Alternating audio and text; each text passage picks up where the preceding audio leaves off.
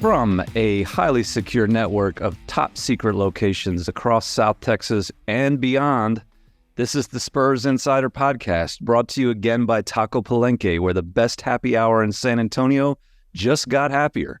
Stop by any of the Taco Palenque locations Sunday through Thursday for ice-cold $5.50 margaritas, $3 domestics, $3 off ponchos, and $1 off panchitos. Taco Palenque keeps San Antonio cool and well-fed and is the best pre- or post-game meal for watching the Spurs. I have a feeling that lots of people back in San Antonio were watching the Spurs last night. I am your host, Mike Finger, joined by the usual panel of Express News beat writers, Jeff McDonald and Tom Orsborn, and sports editor Nick Talbot. And Jeff, I will start with you in your secure location somewhere in Oklahoma. How do you put into words what we saw in the debut of Victor Wembanyama last night? I thought Malachi Branham was amazing. See, that was my takeaway. I specifically asked you about Victor Wembanyama, and you still tried to avoid the question. What's left to say about this human being? Is he even a human being? I don't know. I want to say he lived up to the hype, but probably exceeded the hype. But but somehow, because the hype was like through the roof. But this was actually my first time watching him in person, and just seeing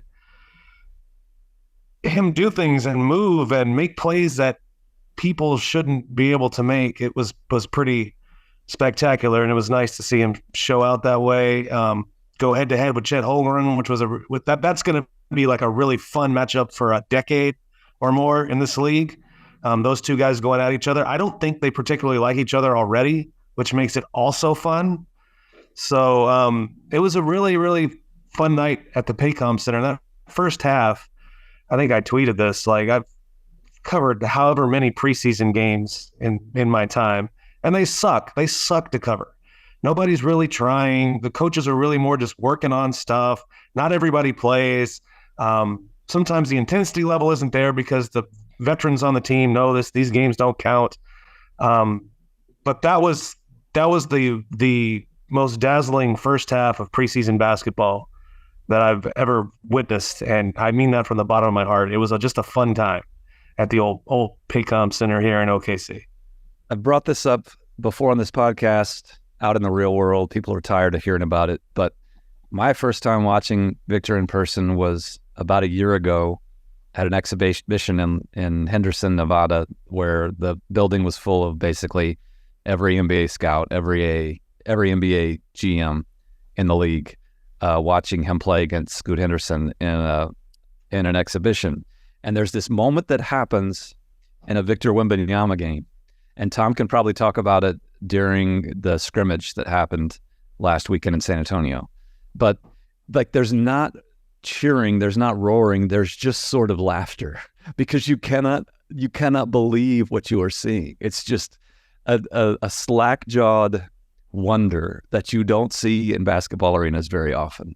And it really, we're sounding like we're gushing and going over the top, but if you get a chance to go see him in person, and you probably will over the next months, years, decades, to do it as often as you can, because like Jeff said, he doesn't only live up to the hype, he exceeds it. And this doesn't mean that your local Cagers are going to be competing for a championship this year or even making the playoffs this year, but it is going to be a fun ride. Tom, you can chime in with any observations from the scrimmage. I'm sure you watched the game on your television last night.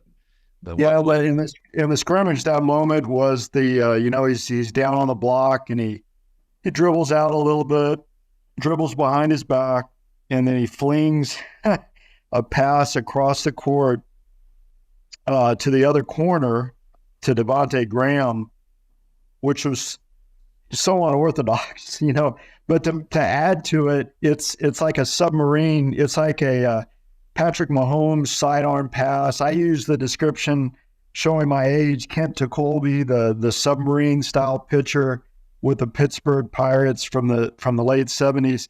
It was incredible how he just did it sidearm, and it goes, goes directly to Devontae.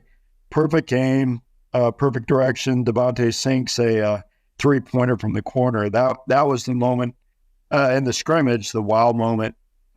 And then last night it was funny. Okay, from the same motion, the same underhand motion was the just impossible play that he made, where he takes 2 dribbles with his right hand from the 3-point line and gets all the way to the right block. Which that's what you do when you're Victor Wembanyama. Two dribbles get you there. He spins around to his left past one defender, gets Chet Holmgren, who's 7'1" and looks like a high schooler next to him, into the air. And with that Kent Colby, Patrick Mahomes motion that you're talking about, with his left hand, he underhand scoops a ball off the backboard softly into the net. You've never seen that play in your life.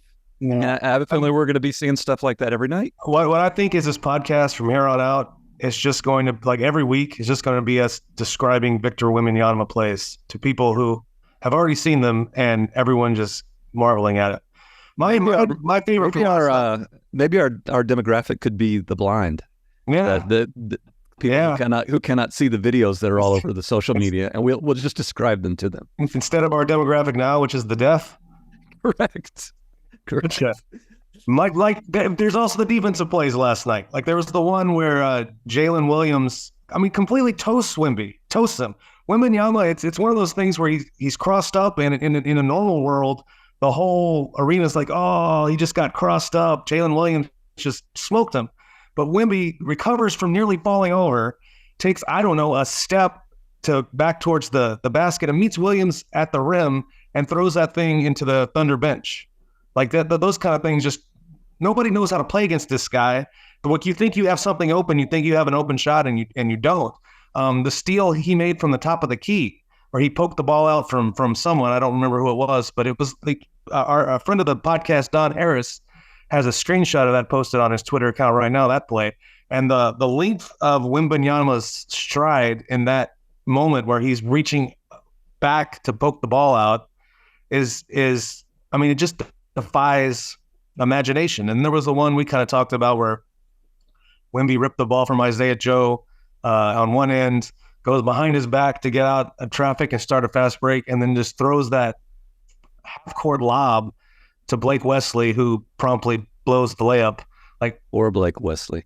Yeah, every other minute, it felt like you were just having these WTF moments to keep it in acronyms. Like you've never seen this before. And you're like, I did talk to Blake Wesley briefly about that after the game, and he said we're going to hear a lot of this. Like he basically was marveling with us because he's like, I didn't think a 7'3" guy was going to make that pass. So he wasn't ready for it, and he blew the layup. The interesting thing, as Jeff pointed out in his 3 takeaways after the game, that this was largely done by instinct, and the rest of the guys, to that point on Blake Wesley, everyone else is still trying to adjust to what Wemby can do. And it was kind of a drinking game situation last night, listening to Sean Elliott back here at home. Sean doing the broadcast with Bill Land, saying time after time, as Sean can do, get exasperated. Just throw it up to him. Just get it higher. You can't just lob it into him. Throw it as high as you can. He'll get it.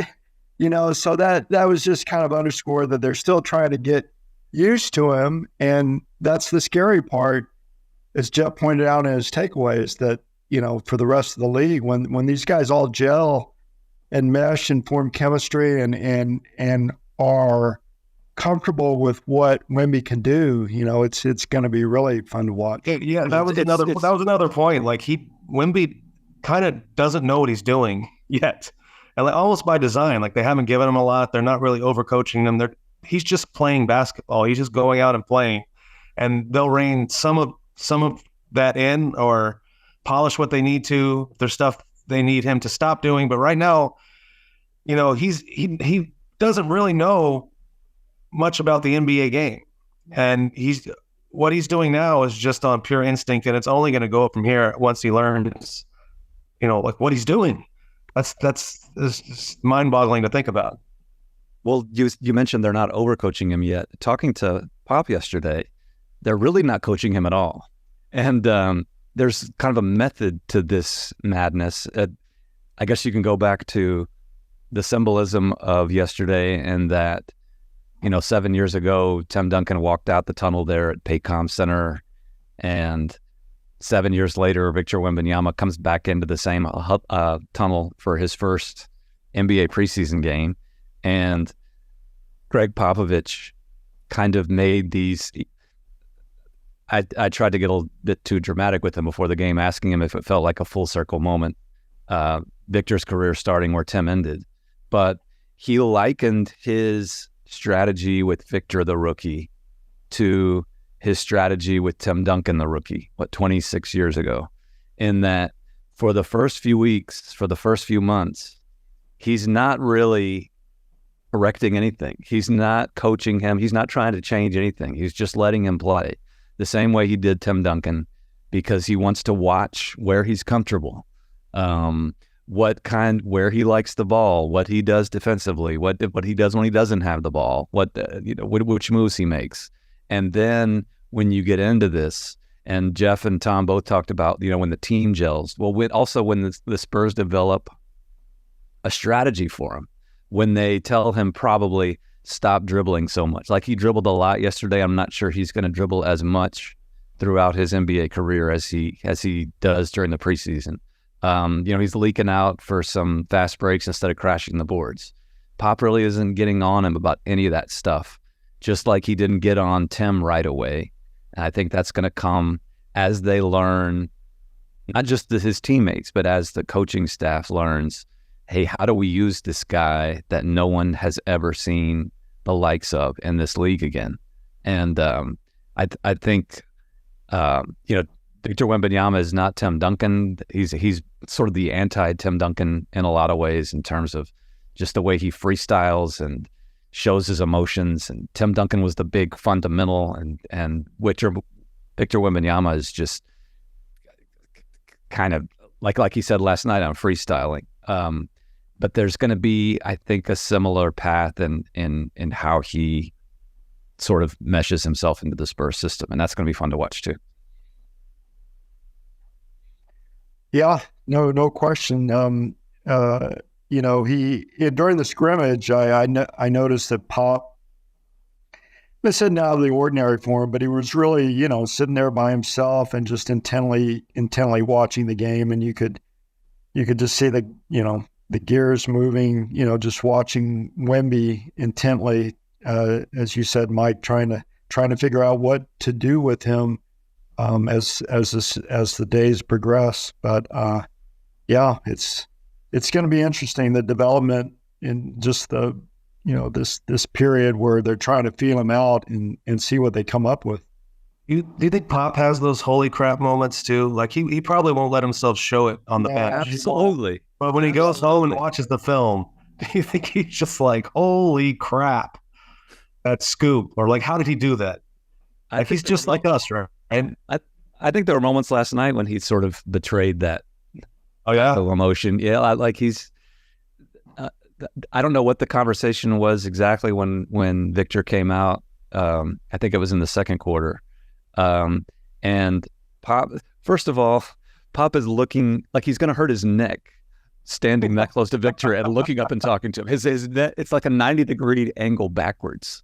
And like I'm pulling away from my trusty new microphone here, trying to imitate this. But he's looking directly to the sky, talking up at the sky.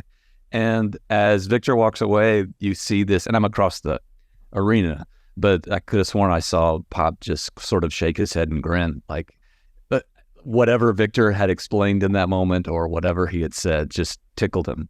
And I think he was tickled all night. And there will be moments when he's not tickled. Again, I think that he sees some things that he probably wants to tinker with a little bit. But I think Jeff, you can speak to this. Those were two very good Pop availabilities yesterday on a game day. Yes, sir. He was in a really good mood, and why wouldn't he be? And by the way, we're nearing the halfway point of this podcast, and I would be remiss if I did not mention that, and I'm stalling here as I try to process what I'm going to mention. Anyway, Jeff, talk for a minute. Testing. I have some processing time here. Well, you know, one guy I would like to talk to is referee Mark Davis, because I just happened to think, hey, it would be cool to take a picture of this opening tip-off. Like, it's a big moment in Spurs history. Victor Wembanyama for his first tip-off. He's 7'3". He's going up against 7'1", Chet Holmgren. I didn't realize in taking the picture that they would be jumping out of my frame. So I've got this picture, and you can tell they're doing an opening tip-off. I think I put it on Twitter. But their arms are off the frame because you just don't expect them to go that high.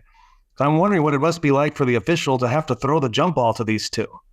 Like, do you have to work out before the game? Do you have to, like, practice? Do you need to, like, bulk up? You need to, like, eat your Wheaties to throw that jump ball? And it occurred to me, I know that Mark Davis is staying in this hotel because we checked in together.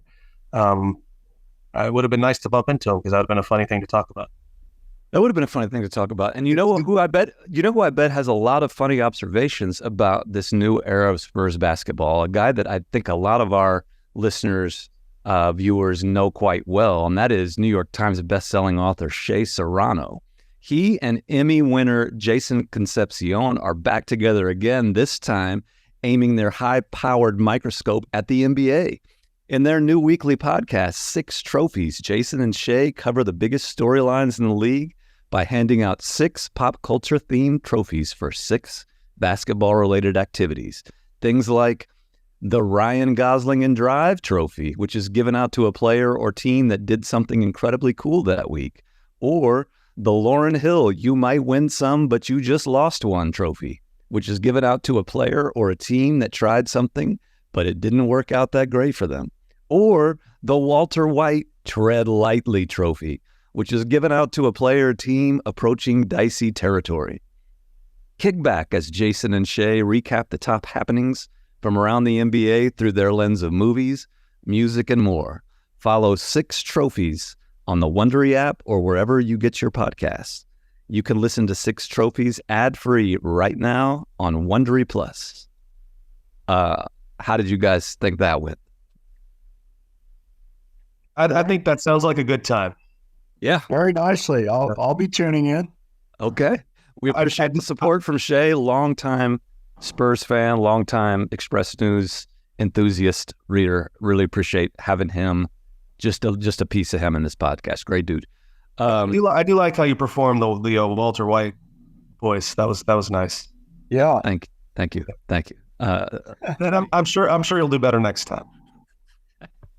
As will your local Cagers. We have not mentioned that they did not prevail victorious in last night's game. Who cares? That's going to be the whole year. Like, Wemby was awesome. But they forgot to win the game. They're going to win a few. I know. A few. By the way, they should by 19. Like, it's hard to judge preseason games because Wemby played 6 minutes of the second half. When he was on the floor in the first half, like with a normal rotation, the Spurs scored 81 points in the first half, which is more than they scored in any first half last season. So, I mean, like, there's some on-off numbers to look at there. Like, they didn't win the game. You know why they didn't win the game? Because they gave up 4 3-pointers to Davis Bertans to start the second half. That's why they didn't win the game. That got the Thunder right back into it. And it's funny, I was leaving the Spurs locker room last night and ran right into Davis. And I was like, man, I guess they forgot you could shoot over there. He said, yeah, Pop forgot about me. We probably should talk about non-Wemby Spurs and developments from the past week or so. One Wemby related, it is noteworthy that every one of his 19 minutes that he played in his first preseason game were played alongside a teammate who could be categorized as a center. And I think that's going to be, and listening, if you were reading between the lines with what Pop said last night after the game, he said that it makes sense that a player like Wemby with his frame, his age, his point in his NBA career, could be a more effective defender against wing players than huge post players. And you take that comment in combination with just what we've seen on the floor, and I think it's fair to assume that he's not going to be what you would consider a 5 anytime soon. Right. None of the stud defensive plays he made last night, the steals and the block, he would not have been in position to make those, I don't think, if he was guarding like a Steven Adams or someone like that, like a big bruising guy where he's going to have to play that guy in the block. I also think right now big bruising guys would, I don't want to say have their way with Wemby, but they'd be able to bully him a little bit at his frame. I think having him roam in space is the way to go because he can just make plays all over the floor that way. Yeah, and he can sort of guard the rim without standing under the rim. Yes. So it's almost a waste to put him down there like in the middle of That's what I was getting at. Zone defense. Like he and you watch those. There were layups that the Thunder missed last night, and they scored a bunch of points, so they didn't miss a bunch of layups. But there were layups where even if Victor didn't block it, even if he didn't technically alter it, it was almost like the guys were just aware of his presence and rushed it or changed the way they were going to attempt it because they were afraid that this arm was going to come out of nowhere and block it. And I think that's a wise deployment of him to, like last night he was guarding Lou Dort. He wasn't really just guarding Lou Dort, but that's the guy that he was assigned to, and then he'd roam around and, like I said, alter other people's shots. And I think that makes a lot of sense. And so when you look forward lineup-wise, we have not got a preview of the opening night lineup yet because in both the scrimmage and the first preseason game, Keldon Johnson and Jeremy Sohan sat out with general preseason soreness. But I think it's safe to say that Zach Collins will be in that starting lineup alongside Victor Wembanyama. And then you will have either Sohan or Keldon or Devin or even Trey Jones starting off the bench. The big man core looks really solid. I mean, Collins played well. He's really worked on his outside shot, which he finished strong with last year. And then Charles Bassey, really good story there coming off the patella injury. He was very active, I thought, 12 rebounds, 6 points, 4 assists. He looked really good, I thought. I mentioned to Jeff last night at the Paycom Center, I'd seen Chetty Osman before. I remember him with the Cavs. He played in big games alongside LeBron James, but I had forgotten or hadn't realized that he's a much bigger dude than I had thought. And I sort of thought of him as like another sharpshooting McDermott type, but he can play a 4, I think, and I think he's going to play some for them. So that's an interesting addition. Malachi Branham. Malachi Branham looked really good in that role he played last year and will play in this year. Just that kind of instant offense off the bench. He's a guy that can come in and get you 6-8 points really fast. Yeah. So I think he's got a really solid role, and he showed that off last night. So we know who the top 6 are. We mentioned them over and over again. I think you throw in, like Tom said, if Charles Bassey can become a backup big, if you get some Osman time, I think Malachi is, I think you might even put him as the 7th guy on the team right now in terms of minutes and expectations for him. When missing, there'll be some Dougie McBuckets minutes off the bench. And then Julian Champagnie started last night, and just all he does is make shots. So we sometimes forget about him, but he could be getting some time. But I think those names we mentioned are probably in your regular rotation to start, and then the Blake Wesleys and Mamus and those types of the world are going to have some work to do to work into it. But pretty good core, I think, to start out with. Yeah, and then the Austin Spurs aren't going to be bad either. CD Sissoko, Serge Jabari Parker, that pump fake was evident last night. They've got some good kids to develop in Austin as well. One of our French journalist friends asked Pop last night about CD Sissoko, and Pop really raved about him, about both his personality and his skill set and his thick build, as Pop said. And so the French journalist Maxime asked, so does this mean that he's going to be staying with the big team all year? And Pop said, oh, no, of course not. he needs to play. And I was telling the French guys afterwards that this should not be considered an insult in any way. I mean, this is what the Spurs do with every draft pick other than, Jeremy Sohan last year and Victor this year. Those guys, DeJounte Murray played a lot of G League games. Derek White did, Devin Vassell, Keldon Johnson on down the line. And I think they, like Pop said, he likes a lot about what Sissoko can do, but he wants him to play. Your Austin Spurs fans are screaming right now because Devin Vassell never played for them. Oh, he didn't? He never did. Okay, well then. This is the Spurs Insider podcast, not the Austin Spurs Insider. There podcast. you go. I stand corrected. But the point is that those guys are going to go. Serge Jabari Rice is going to go down there. He's obviously a two-way player. He'll play a lot of Austin Spurs games. But I think of the 16 guys under contract, one of them is going to get cut. But the Spurs are going to play with the varsity, as Pop calls it, probably all those guys at some point this year, in addition to the two-way guys, and it'll be fun to watch. There's going to be some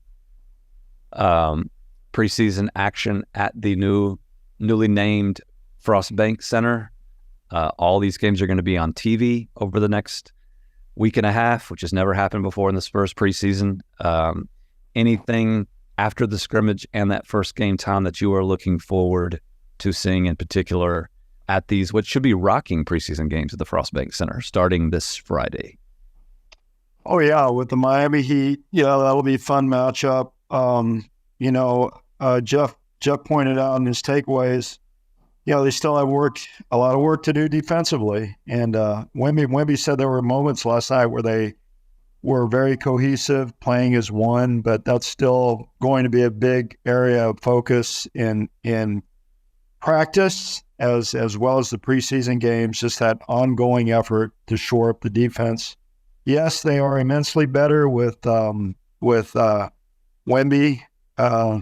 protecting the paint, but there's still a lot of work to be done in that area. Would be interesting to see some Keldon or Jeremy. I think we probably will. Yeah, at some point. Yeah, and Jeremy working with Wemby is going to be, they both can play make. That's going to be fun to watch. And Keldon's determined to be better defensively this year. He's determined to be more consistent with his 3-point shooting after what was his worst 3-point shooting effort since his rookie season. So he's got a lot to prove, and he sounds like he's really determined to prove it. I think that pretty much sums it up. We still have a lot to prove here. This wasn't going to be our best. This definitely won't be our best podcast of the season. At least I hope not. All you can do is right now, Nick Talbot, the Sports Editor, just letting us play. I think is that right? It says that right, Nick. Like you haven't spoken up at all. You're just kind of watching. I'm just letting y'all freestyle it. I don't have to.